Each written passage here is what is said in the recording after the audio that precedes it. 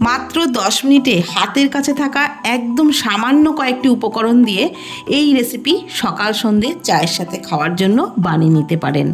বানানো একদমই সহজ আর খেতেও দারুণ লাগবে। এই রেসিপির জন্য একটা কড়াইয়ে হাফ কাপে করে 1 কাপ জল দিয়ে দিলাম। জলটা উষ্ণ গরম হয়ে গেলে দিয়ে দিলাম পরিমাণ মতো লবণ, আর দিয়ে দিলাম একটু চিলি ফ্লেক্স, আর দিয়ে দিলাম কারি পাতা কুচি। জলের সাথে ভালো করে মিশিয়ে নিলাম। আর এই 1 কাপ জলের জন্য দিয়ে দিচ্ছি হাফ কাপ সুজি। এক হাতে সুজিটা দিচ্ছি, আরেক হাতে কিন্তু নাড়াচাড়া করে নিচ্ছি। আর গ্যাসের ফ্লেম অবশ্যই লোতে আছে। গ্যাসের ফ্লেম লোতে রেখেই এইভাবে এক হাতে সুজি দিতে হবে, এক হাতে নাড়াচাড়া করতে হবে, তাহলে কিন্তু সুজি একদমই দলা পাকিয়ে যাবে না। আর সুজি একবারেও ঢেলে দেবেন না, অল্প অল্প করে দেবেন। আরেক হাত দিয়ে এইভাবে নাড়াচাড়া করে মণ্ডটা বানিয়ে নেবেন। এখন নাড়াচাড়া করে সুজির মণ্ডটা কিন্তু অনেকটাই ঘন হয়ে গেছে, তবে আরও একটু শুকনো শুকনো করে নিতে হবে। আমি আরও একটু শুকনো শুকনো করে নিয়ে এর মধ্যে দিয়ে দিলাম একটা সিদ্ধ করে রাখা মিডিয়াম সাইজেরই আলু। আলুটা দিয়েও খুব ভালো করে সুজির সাথে মিশিয়ে নিচ্ছি। আর এই কাজটা কিন্তু প্রথম থেকে শেষ পর্যন্ত একদম গ্যাসের ফ্লেম লোতে রেখেই করবেন। দিয়ে দিলাম হাফ চামচ চাট মশলা। এটা দিলে খুব সুন্দর একটা টেস্টও হবে, যেমন তেমন ফ্লেভারটাও ভালো বেরোবে। আর এই মশলাটা দিয়েও খুব ভালোভাবে নাড়াচাড়া করে নিলাম।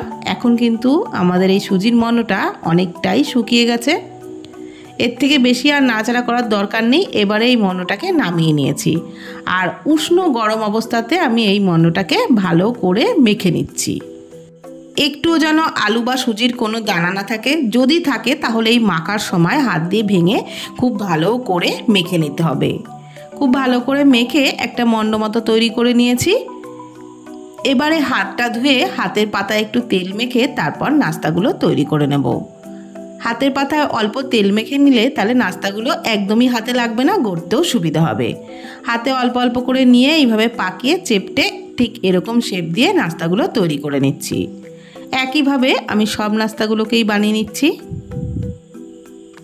বন্ধুরা, এটা অল্প উপকরণে কম সময়ে দারুণ টেস্টি রেসিপি। একদিন বানিয়ে দেখবেন, একদিন বানিয়ে খেলে রোজ বানানোর বাহানা খুঁজবেন। এটা এতটাই টেস্টি হয়।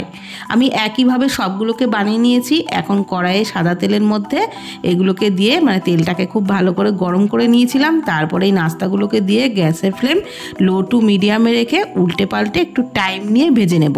তাহলে উপরটা দারুণ ক্রিস্পি হবে আর ভেতরটাও ভালো ভাজা হবে। হাই ফ্লেমে দিয়ে কিন্তু একদমই ভাজবেন না, তাহলে ভাজাটা একেবারেই ভালো হবে না। তো তেলটাকে মোটামুটি ভালো করে গরম করে নিয়ে তারপরে এগুলো ছেড়ে গ্যাসের ফ্লেম লো টু মিডিয়ামে রেখেই ভাজবেন, তাহলেই খুব সুন্দর ভাজাটা হবে।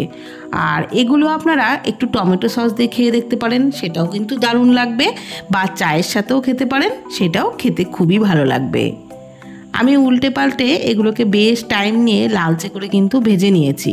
খুব বেশি কড়া লালচে করে ভাজবো না, এইরকম হালকা লালচে কালার চলে আসলেই আমি তেল ঝরিয়ে এগুলোকে তুলে নিচ্ছি। তাহলে বন্ধুরা, খুব খিদে পেলেও আপনারা ঝটপট এই রেসিপি অনায়াসেই বানিয়ে নিতে পারেন।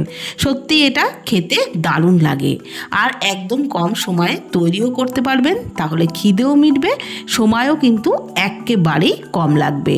আর ভিডিওটি ভালো লাগলে প্লিজ কমেন্টের মাধ্যমে জানাবেন। ফেসবুক থেকে দেখে থাকলে পেজটি ফলো করে নেওয়ার অনুরোধ রইল।